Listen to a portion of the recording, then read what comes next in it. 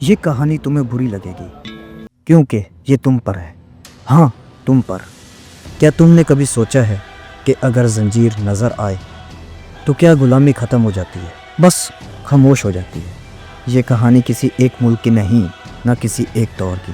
یہ اس نظام کی کہانی ہے جہاں فیصلے بولنے سے پہلے لکھ دیے جاتے ہیں اور انسان صرف کردار ادا کرتا ہے.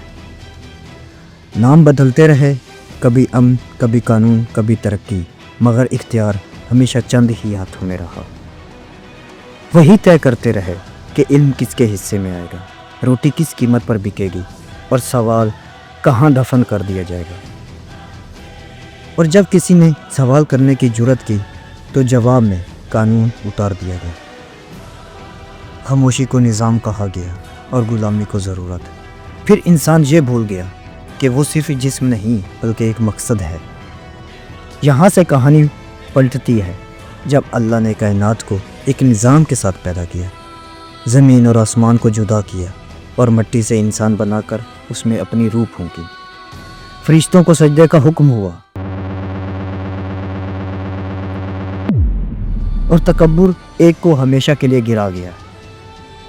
انسان زمین پر اترا، آزاد بھی اور آزمائش میں بھی. ہدایت آئی، انبیاء آئے، راستہ واضح کیا گیا. مگر ہر دور میں سچ کو سہولت کے مطابق کاٹ دیا گیا.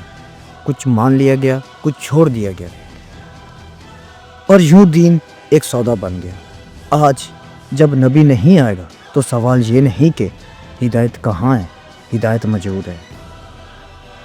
سوال صرف یہ ہے کہ ہم کس کی سن رہے ہیں.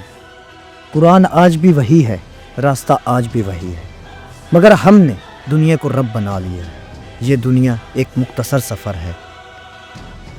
دو راستے ہیں، ایک روشنی اور ایک اندھیرا، اور آخر میں سوال صرف ایک ہے: کیا ہم واقعی آزاد ہیں یا پھر اپنی زنجیروں کو زیور سمجھ بیٹھے ہیں؟